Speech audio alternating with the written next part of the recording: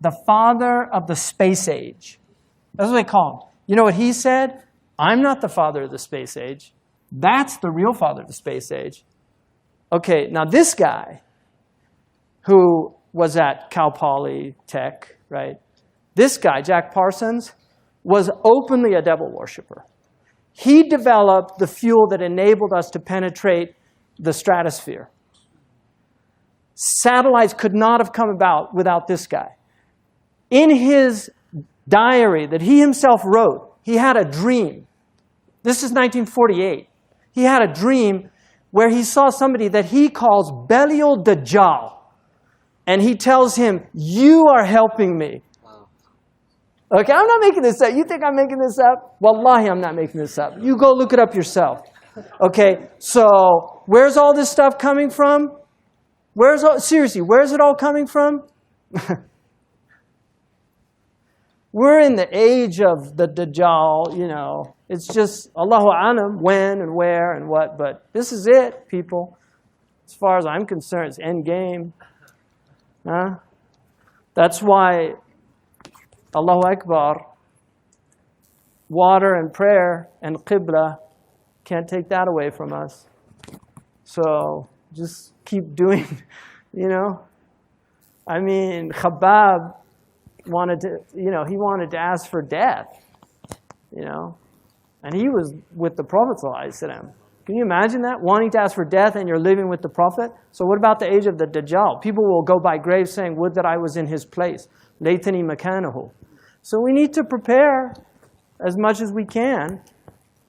You know, but the technology, if you study where all this technology comes from, okay, read about the magic and the Enlightenment period. All these scientists were magicians. They were all into black magic. You read about Francis Bacon. I just read a biography of Francis Bacon called Knowledge is Power, Magic and the Creation of Modern Science. Francis Bacon was reading all these magical books. 2001: A Space Odyssey. What's his name? Arthur C. Clarke. Arthur C. Clarke, great technologist. He actually has most of the patents that enabled the satellites, right? If you look at his interview with BBC in 1961, where he predicts the internet, he predicts the cell phones, he predicts texting. He said that by the year 2000, people are going to have handheld devices that enable them to talk to anybody anywhere, right? Arthur C. Clarke said, and he has 3 laws of technology. One of his laws is no technology reaches a level of complexity except it becomes indistinguishable from magic. So, you know, I don't know. I'm not a big fan. I'm not a Luddite, right? I'm using a microphone right now. I'm not a Luddite.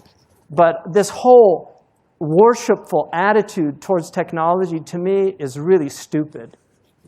And if you want to read an interesting book, it's called Giving Up the Gun, which is about the fact that the Japanese chose consciously to ban the gun.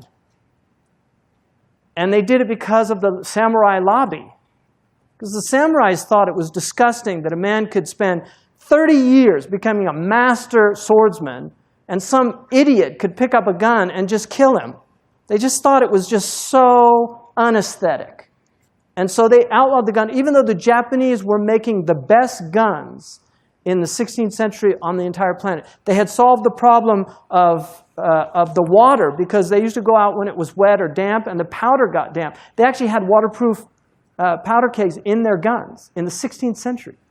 And we know Japanese technology. I mean, it just took them a little while to get used to the cars, and now they're making better cars than any of the American cars. I mean, the Japanese have itqan when they do things, but they outlawed the gun. This whole idea that because it exists, oh, why do we do it? Because. You know, it's like these people say, why did we climb Mount McKinley? You know, or what's the K2? Is that what's K2? What's the tallest mountain in the world? Everest. Why do we climb Mount Everest? Because it's there. I mean, what a stupid thing to say.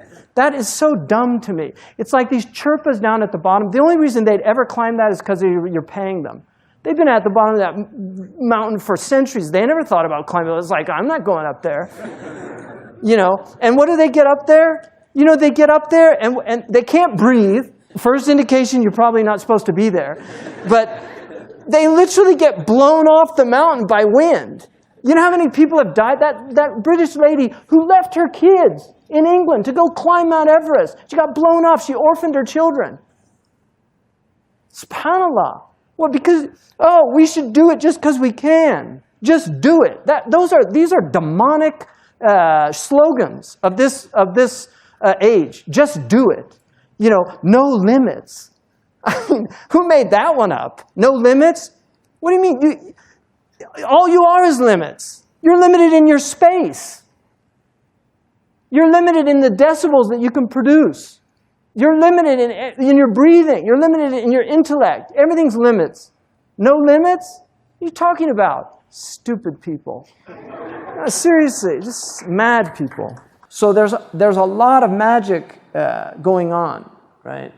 And a lot of people are literally under what I'm trying to say is that, because it's very difficult to understand this properly. What I'm trying to say is that there are a lot of what's happening today is in this realm.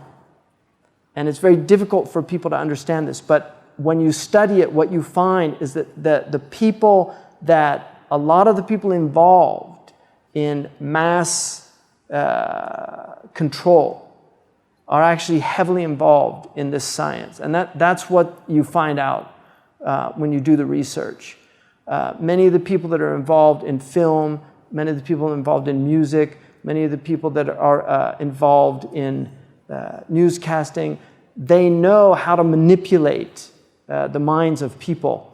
And whether it's done with this type of magic or simply with the power of technology and the higher magic, the result is the same. You get people that are as if they're possessed. And this is why it would be indistinguishable. You know, we've got kids that are stabbing children. We've got people that are just shooting people and not knowing why they're doing these things. And this is coming out of a culture that is really, really profoundly disturbed in its essence, because no civilization that was healthy would produce the type of games that they're exposing these young children to. No civilization that was healthy would produce the type of films where they have films where the main character tortures people and chops off their fingers and their hands, or slowly tortures them to death.